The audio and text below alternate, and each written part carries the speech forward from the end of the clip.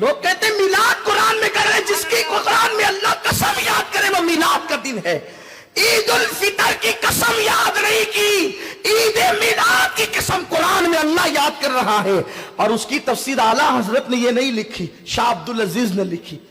جس گھر سے وابیت کا چوہا نکلا اسی گھر سے ایمان کا نور بھی اس طرح پھوٹ رہا ہے کہ اللہ کے حبیب علیہ السلام کی عظمت کے ڈنکے وہ خاندان کے لوگ بجاتے ہوئے نظر آ رہے ہیں.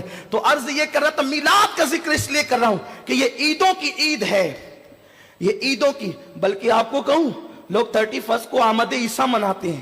اگر جناب عیسیٰ کی آمد ہو انشاءاللہ تو لوگ دیکھیں گے وہ بھی وہ دن منائیں گے جو دن ہم سنی میلاد کا مناتے ہیں، کیونکہ وہ دن بھی عیسیٰ کی عید کا دن ہے، موسیٰ کی عید کا دن ہے. یہاں ایک بات بھی عرض کروں، میں اپنی گفتگو کو آگے بڑھاؤں گا اور شارٹ کر کے ختم بھی کروں گا، لیکن بات آگے کیونکہ میلاد کا مہینہ گیا اور میرے آقا سرکار قادریت غوث العظم کا مہینہ آیا، تو بتانا چاہتا ہوں آپ کو، میلاد پہ بہتوں کو بخار آتا ہے، بہت سی مینٹیوں کو زکام ہوتا ہے کہ یہ میلاد کہاں سے لائے ہو، کہاں سے لائے ہو. ہم کہتے ہیں سن، 1.25 لاکھ انبیاء کبھی ایک عید پر متفق نہیں ہوئے، 1.25 لاکھ انبیاء کبھی ایک عید پر متفق نہیں ہوئے. عیسیٰ کی عید نزول دسترخوان، موسیٰ کی عید فرعونیوں سے نجات، یوسف کی عید قید خانے سے نکلنا اور مصر کے تخت پر بیٹھنا، یونس کی عید مچھلی کے پیٹ سے نکلنا، علیہ الصلوۃ والسلام. سب کی عیدیں الگ الگ تھی، لیکن اگر سارے انبیاء کسی عید پر جمع ہوتے ہیں تو وہ عید میلاد النبی ہے. بڑی ذمہ داری سے سچ کروں کیونکہ یہ ان کی بھی عید ہے. ان کی عید کیسے ہے؟ عید کہتے ہیں خوشی کے دن کو، اور وہ خوشی کا دن جو لوٹ کر آئے. جو خوشی کا دن، شادی عید نہیں ہو سکتی کیونکہ وہ کبھی خوشی کا دن لوٹ کر نہیں آتا. ایک بار دولہا بنا پھر دوبارہ نہیں بن سکتا، ہے نا؟ یہی ہوتا ہے. اور دوبارہ بنا تو وہ خوشی نہیں ہوتی، پھر بڑے ہنگامے بھی ہوتے ہیں، ہے نا یہی بات؟ تو اس لیے شادی کو عید نہیں کہتے، اس کو شادی کو شادی کہتے ہیں، ہے یہی بات. اسی طرح بیماری سے شفا مل جائے وہ عید نہیں ہوتی، خوشی کا دن ہو سکتا ہے. کیوں؟ وہ لوٹ کر نہیں آتا. پھر یہی تو ہے. پر جس دن شفا ملی اس دن کو ہم بھول بھی جاتے ہیں. جس دن بچہ پیدا ہوا ہمارا، وہ دن خوشی کا دن ہوتا ہے، عید کا نہیں ہوتا، کیونکہ وہ لوٹ کر نہیں آتا. عید اس خوشی کو کہتے ہیں جو لوٹ لوٹ کر آئے، بار بار آئے اور اس کا جشن کیا جائے. تو عید میلاد النبی بار بار لوٹ کر آتی ہے نا، اور ہم ان کو جشن کے طور پہ مناتے ہیں. صحابہ نے بھی منائی. نعمت الکبریٰ میں صدیق اکبر کا قول ہے. صدیق اکبر کہتے ہیں جس نے میلاد پر 1 روپیہ خرچ کیا وہ ابو بکر کے ساتھ جنت میں جائے گا. لیکن میں اس پر کوئی تبصرہ بھی نہیں کرتا، صرف اتنا بتانا چاہتا ہوں انبیاء کی بھی عید ہے، عید میلاد. یہی بات کر رہا تھا، آگے بڑھوں گا انشاءاللہ.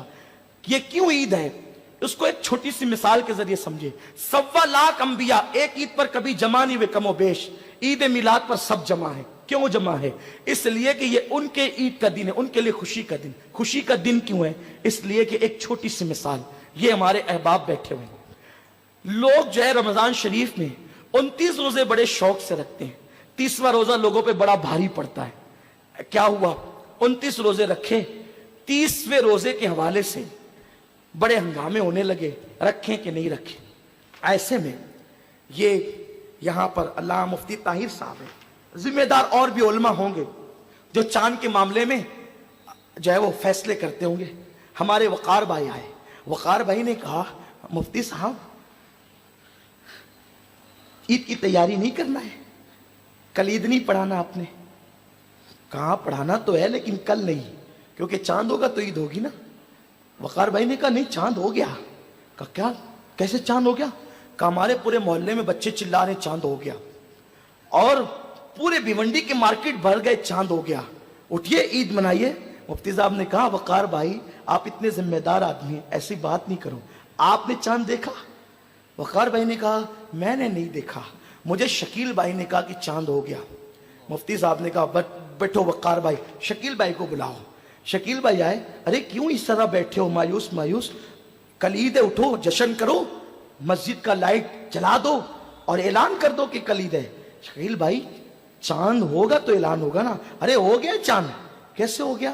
وہ بچے چلا رہے ہیں، سب طرف جشن کا سما ہے. ایسے چاند نہیں ہوتا، کروڑوں جشن ہو جائے تو. تم نے چاند دیکھا؟ وقار بھائی کہتے ہیں آپ نے. ہاں میں نے وقار بھائی کو تو کہا لیکن میں نے چاند نہیں دیکھا.